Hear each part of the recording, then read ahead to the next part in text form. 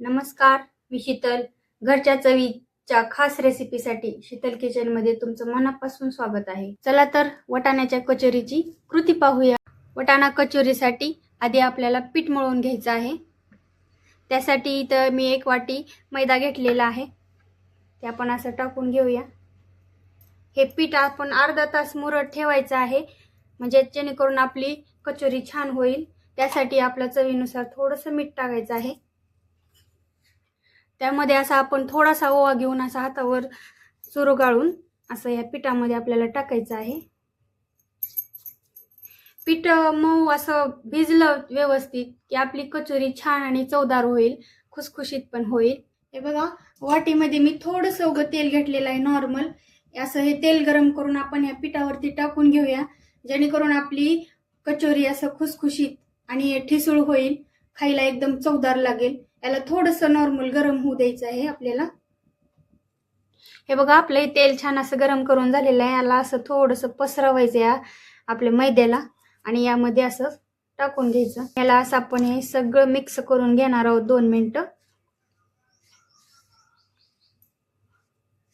हे असं तेल गरम करून टाकल्याने आपल्या कचोरीला असं छान असं खुसखुसपणा येईल. पूर्ण असं हे तेल आपलं टाकलेलं मिक्स करून घ्यायचं आहे हाताने चुरगळून.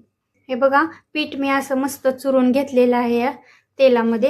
हे बघा, असा गोळा झाला की झालं, हे व्यवस्थित झालं म्हणून समजायचं.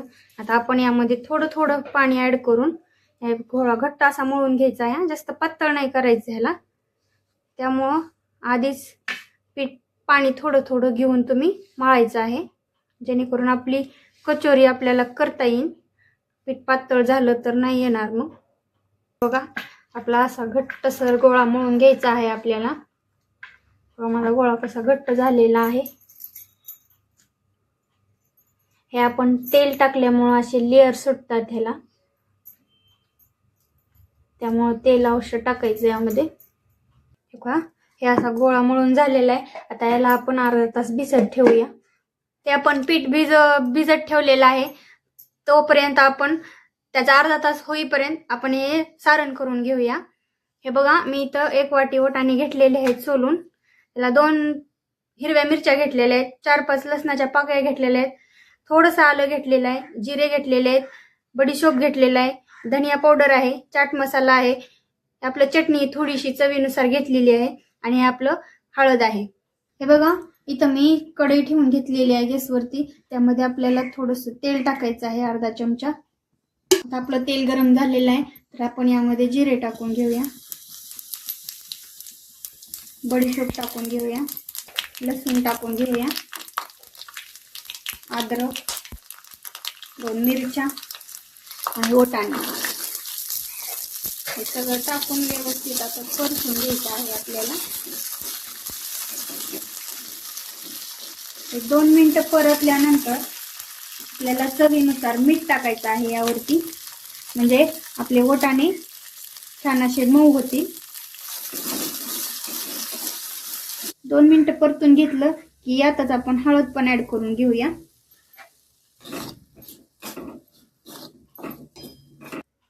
हे बघा, छान असे वटाणे परतून झालेले आहेत. आता आपण मिक्सर मधनं काढून बारीक करून घेऊया. याच कढईमध्ये थोडंसं तेल आहे, त्यामध्येच आपल्याला हे मगाशी वाटलेलं सारण टाकायचं आहे. याला टाकून असं याला 2 मिनिटं असं परतायचं आहे. आता यामध्येच आपल्याला थोडीशी चटणी ऍड करायची आहे. लाल तिखट आहे, हे धने पूड आहे. तुम्ही अख्खे धने पण टाकू शकता, पण मी अख्खे धने नाही टाकले. हे टाकलेलं आहे आपलं पेस्ट केलेली, आणि थोडासा चाट मसाला टाकायचा आहे.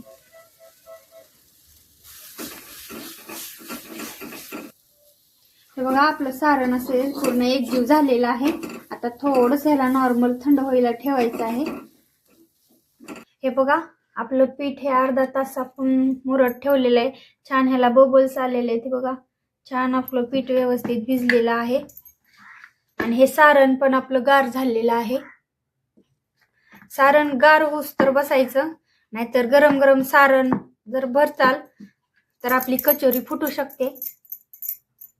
असं थोडं हातावरती याला मऊ करून घेऊया. छानसं गोल करून घ्या आणि याचे छोटे छोटे असे गोळे करून घ्यायचे आहेत आपल्याला. तुम्हाला हवी त्या आकाराची कचोरी करण्यासाठी आपण हे घ्यायचं आहे तोडून. मी छोटे छोटेच केलेले आहेत गोल.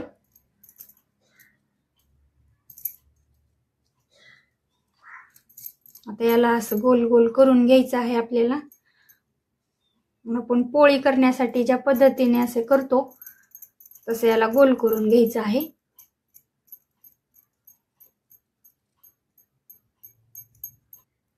हे बघा, आपण पुरण भरताना ज्या पद्धतीने करतो तशा पद्धतीने मी करून घेतलेलं आहे गोल. आता यामध्ये आपण असं सारण भरून घेऊया.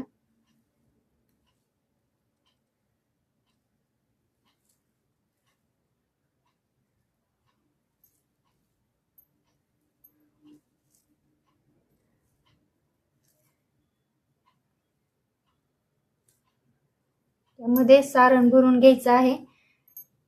आपण मोदकाला ज्या प्रकारे असं तोंड बंद करतो ना त्याचं, तशा पद्धतीनं हे आपल्याला बंद करून घ्यायचं आहे.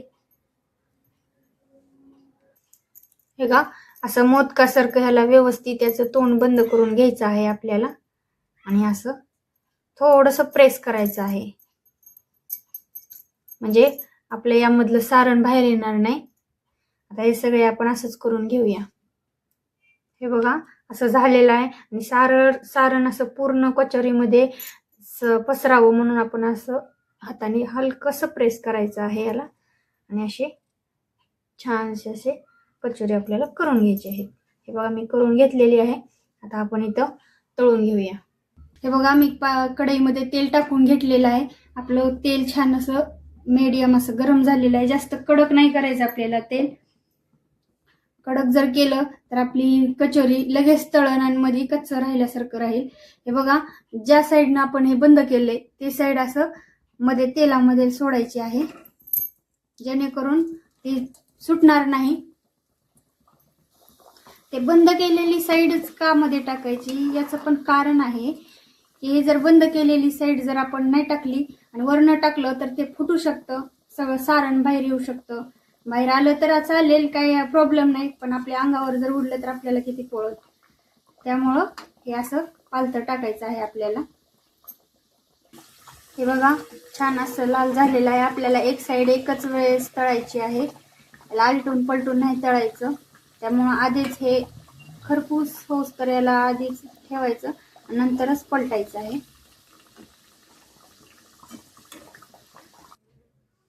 हे बघा, आपली कचोरी सगळी तळून झालेली आहे. हे बघा, किती छान असे टम्म फुगलेले आहे.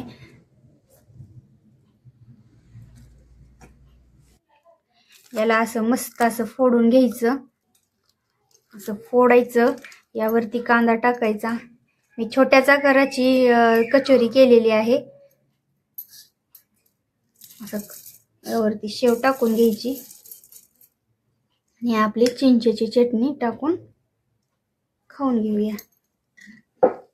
रेसिपी आवडली मग लाईक करा, कमेंट करा, कारण तुमचाच पाठिंबा आमची प्रेरणा आहे. नवीन रेसिपीचा खजिना सबस्क्राईब करा, बेल दाबा आणि एकही व्हिडिओ मिस करू नका.